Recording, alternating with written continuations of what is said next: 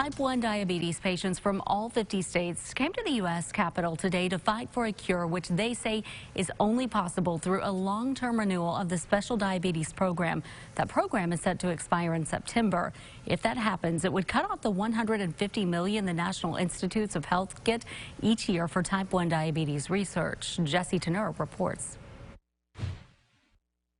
In elementary school, I was sometimes teased for being different or for always being with the nurse. Adriana Richard was diagnosed with type 1 diabetes when she was 5 years old.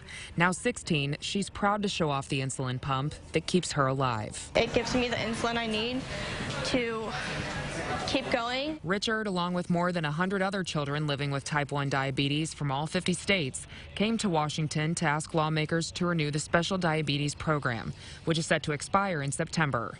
If that happens, it would cut off the $150 million used to fund type 1 diabetes research every year. If we stop now, all the trials and stuff would stop. The push to cure diabetes comes at a time when the cost to treat it is at an all-time high. Actor Victor Garber joined the kids on Capitol Hill. The idea that someone has to ration insulin in 2019 due to greed and avarice is unconscionable. Garber has lived with type 1 diabetes his entire life.